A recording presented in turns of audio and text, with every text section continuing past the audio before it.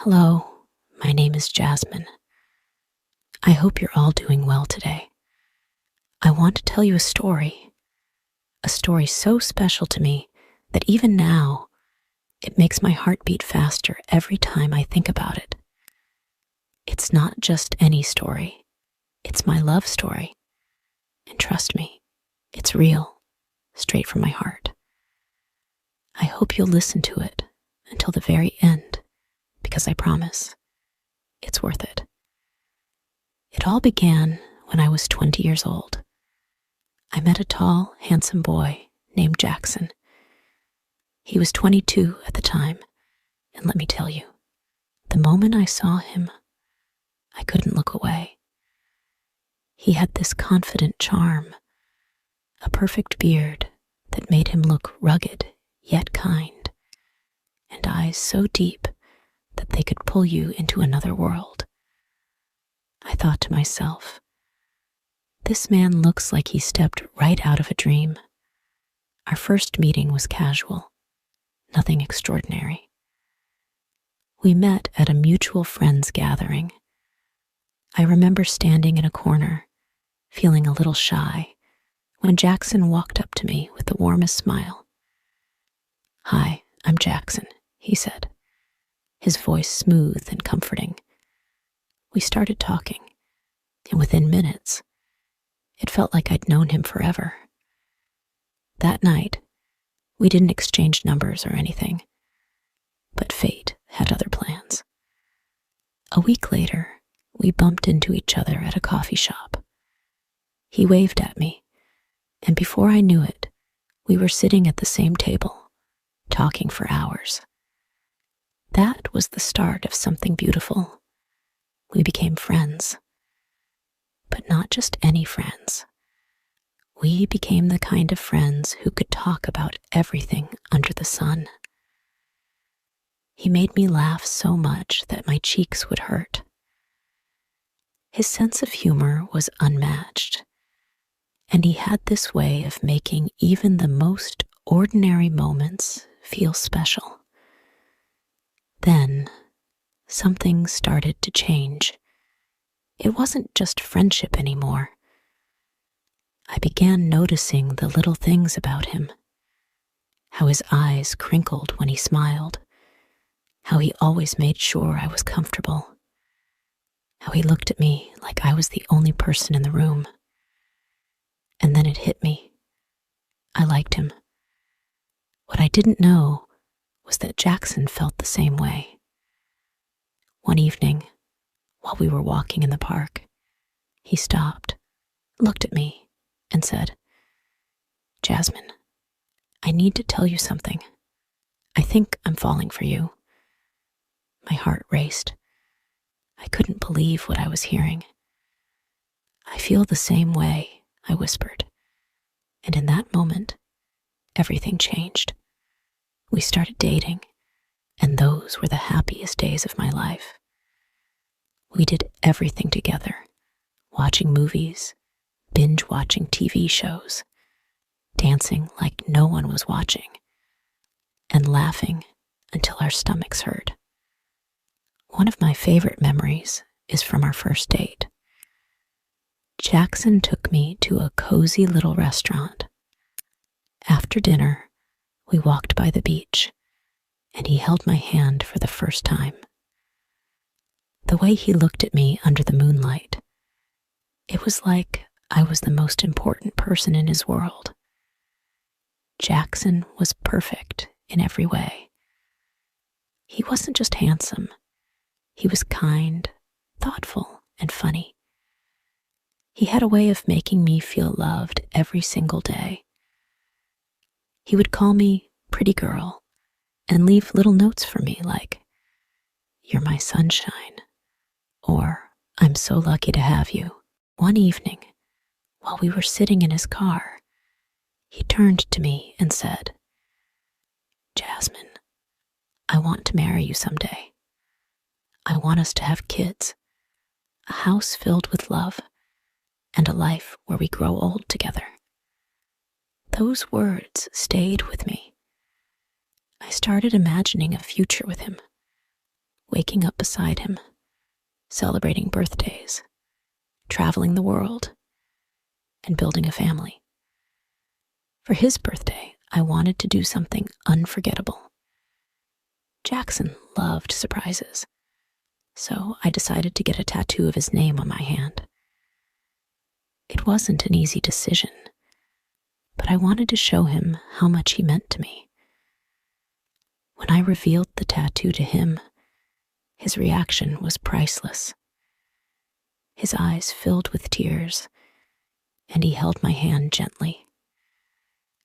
"You're the best woman in the world," he said, pulling me into a hug. "I don't know what I did to deserve you." Life felt perfect. Every moment with Jackson was like living in a dream. Whether we were going on adventures or just sitting at home watching TV, everything felt magical because we had each other. But like every love story, there's more to this one. There's a twist, a moment that changed everything. Growing up, my father always used to say, "One day, a prince will come into your life. He'll take care of you, love you, and treat you like a princess." I believed him. And when I met Jackson, I thought to myself, wow, maybe this is him. Maybe my prince has finally arrived. Everything felt perfect. Jackson and I were so deeply in love that it felt like nothing could ever go wrong. I told my parents about him, and they were so happy for me. They wanted to meet him, and when they did, they adored him. My father, especially, was so fond of Jackson. He said to me, "Jasmine, this boy is different. He has a good heart. You've chosen well." Jackson and I started talking about marriage. We both wanted to spend our lives together. One day, he told me, "I want to go visit my parents. I need to tell them about us. They live in another country, and I want them to know how much I love you. When I come back, we'll start planning our wedding." I was so excited. We talked about our future, our dreams, and the life we wanted to build together. The day he was leaving, he hugged me tightly and said, "Wait for me, my to-be wife. I'll be back soon." I smiled and said, "Come back quickly. I'll be waiting for you." But he never came back. Yes, you heard me right. He never came back. It was a normal afternoon when I got a call from a number I didn't recognize. I picked up the phone, and the voice on the other side said, "This is the police station. Are you Jasmine? We have some news about Jackson." My heart stopped. My hands started shaking. I could barely breathe. "Yes," I whispered. They told me there had been an accident. Jackson was no longer alive. I dropped the phone. I couldn't move. I couldn't think. My father came running when he saw me collapse to the floor. I was screaming, crying, and begging God to tell me it wasn't true. My father picked up the phone, and when he confirmed the news, he just held me while I cried. It was the worst day of my life. I locked myself in my room for days. I couldn't eat. I couldn't sleep. All I could do was cry. I kept asking, why me? Why him? Why did this happen to us? The emptiness in my heart and stomach was unbearable. It felt like my soul had been ripped apart. I would lie in bed staring at the ceiling, replaying every moment we had together. His laugh, his smile, the way he called me pretty girl. It all haunted me. My parents tried their best to comfort me, but nothing helped. My father, The man who always had words of wisdom sat silently by my side because even he didn't know what to say. One day, my mother found me sitting on the floor of my room, holding a picture of Jackson. She said, "Jasmine, you need help. You can't keep living like this." They took me to see a doctor, and I was diagnosed with depression. I started therapy, but it wasn't easy. How do you heal when the person you love more than anything is gone forever? There were nights when I would sit by the window, looking at the stars, and cry until I couldn't cry anymore. I would ask God, "Why did you do this to me? What did I do to deserve this? My life is over. My dreams are gone. What's the point of living now?" Every little thing reminded me of Jackson. The coffee shop where we first met, the park where he told me he loved me, the tattoo of his name on my hand. It was all too much. The pain was unbearable. But slowly, with time, therapy, and the support of my family, I began to take small steps forward. It wasn't easy. Every day felt like a battle, but I kept going because I knew Jackson wouldn't have wanted me to give up. I'm 30 years old. On the outside, I look like I've moved on. I have a good life. I work hard. I have my family by my side, and I'm healthy. But on the inside, there's a part of me that feels like it will always belong to Jackson. After years of therapy and support from my parents, I've recovered enough to live again. But I'll be honest with you, I'm scared. I'm scared to love someone else. I'm scared to let someone into my heart the way I let Jackson in. You see, Jackson wasn't just a man I loved. He was my best friend, my partner, my dream. He promised me he'd come back. He promised me we'd build a life together, get married, and grow old side by side. And I believed him. I trusted him, but he never returned. It's been 10 years, and sometimes I still hear his voice. Sometimes I close my eyes, and it feels like he's still here. And then I open them, and reality hits me. He's gone.